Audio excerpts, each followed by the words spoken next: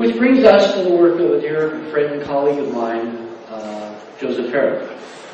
Because what Joseph has done is to delve into the various aspects of what the Nazis were up to in their frantic last-minute effort to win the war some 60 years ago. A set of projects, super classified, black ops projects, one of which was called the Nazi Bell.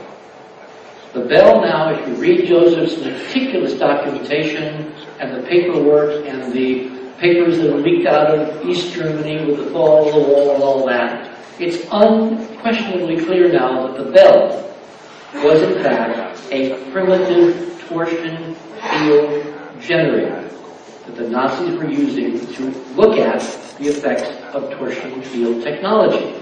And one of the things they found in the literature was the dramatic and absolutely pernicious effects that uncontrolled torsion experiments have on time and living systems and scientists and engineers who were too close, who died horrible deaths because they didn't understand what was really going on, and the fact that biology and torsion fields are intimately connected.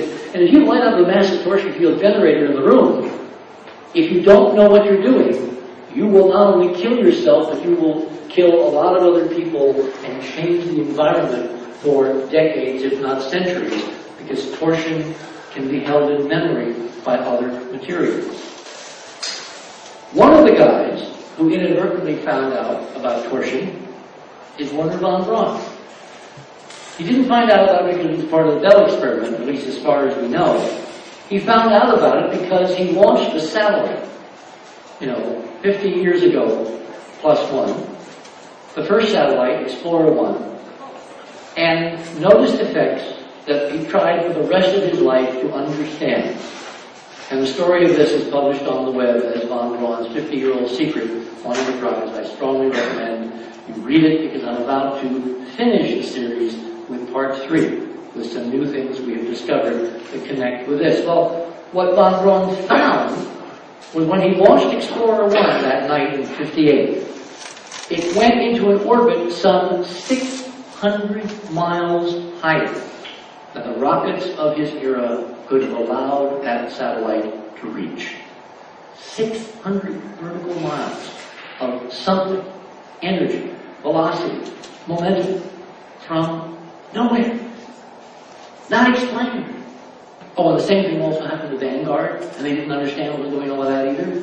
The whole story is on the web, so I won't go into it in detail here. The point is that von Braun had a face-to-face confrontation with the effects of torsion in the behavior of orbiting objects, orbiting a massive planet, which of course is why I believe firmly that he ultimately connected what he was seeing in his own data, in his own engineering, with the phenomenology of Saturn, which we'll get to momentarily, and that's what wound up him calling, in a very ungrammatical phrase, the most massive rocket ever built on planet Earth, which took men from Earth, from the United States to the moon, by calling it the Saturn V, a scale of which can be judged by comparing von Braun next to the F-1 engine bells that are at the base of this incredible battleship-sized rocket that weighed as much as a destroyer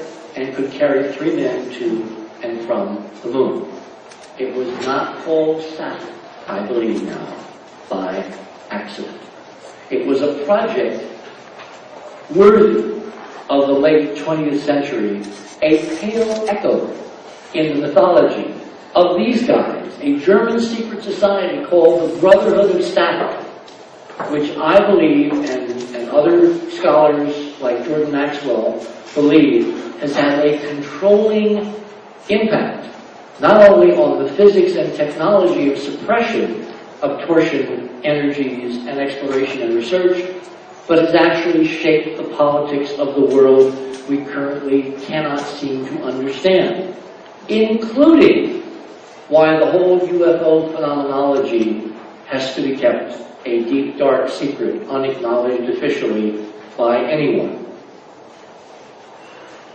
Jim Marrs has written another book called The Rise of the Fourth Reich, which goes into the politics and legal background of the torture field experiments of the Bell. After these experiments, the end of World War II, and in fact, is this a third force in the world, in geopolitics right now, a group of terrestrial human beings who have mastered such technologies and such science that they, in essence, have become a separate and parallel civilization in and around our midst.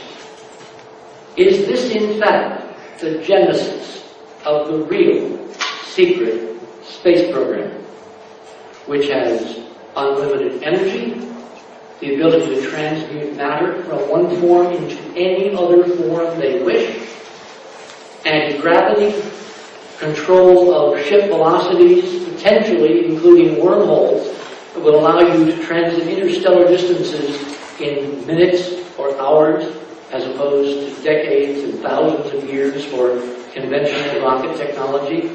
In other words, can we trace all of this back to the bifurcation of civilization and one group of fanatics basing their philosophies on an ancient and secret history of the technological transformation of Saturn for purposes unknown, a technological reconstruction, a back engineering that they successfully carried out, which of course has led them to look now at Saturn as a place to find more data and more clues and more answers to accumulate more power, more control, more dominance of the geopolitics that we see on CNN, but which never breathe a word of this because it's taboo, it's verboten.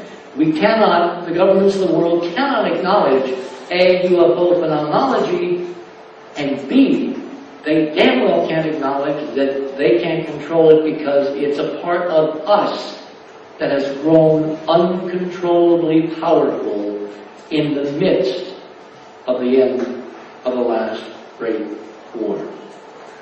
Now, evidence for this comes in this form. A part of this section of the rings, this amazingly enhanced version of this 3D geometry, this portion appears to be pretty much all destroyed, and we've only got these inner two guys. This part's all gone now. It seems to have evened out, it's just rubble. This is a shadow of the moon, by the way. Is this little guy. I mean, I looked at this and I said, wait a minute, what does that do with me? And why does it have this kind of interesting geometry with one dominant bright guy and two little outliers? This is a star, all right? This could be a cosmic ray hit or not, but this geometric configuration just cannot be accidental. Neither is the fact that Cassini took the picture and whatever it was, and I think it may be an actual vehicle of unusual design, was kind of hanging out next to the rings. Almost like it knew Cassini was going to take the picture and it was posing as a message.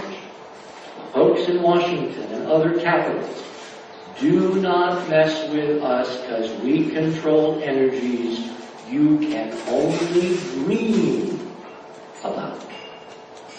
That again is part of the speculation. Now, I have stored in NASA's computers. Well, that doesn't mean they're NASA's. All it means is someone knows a lot more than they're telling publicly and they're keeping track. Because I don't believe NASA's the real space agency. I haven't for some time. I think it's the best false front western town that money can buy. That after 40 plus years of doing this stuff, and we're no better than rockets? 40 years! For God's sake, just look at the data, look at the experiments, look at Kozyrev, look at De Palma, look at Von Braun. No.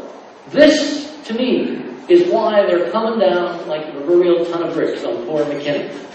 They must make an example so no one ever again with much more sophisticated technology and much more sophisticated people and politically savvy people, and now the internet worldwide where data would get out instantly and would not be censorable.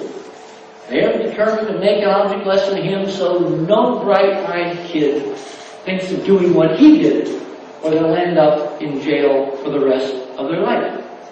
It's obviously to throw cold water on the democratic process of trying to open the door on what is really going on vis-a-vis the secret space program. Now, the evidence I have that there is in fact a secret space program, and it's ours.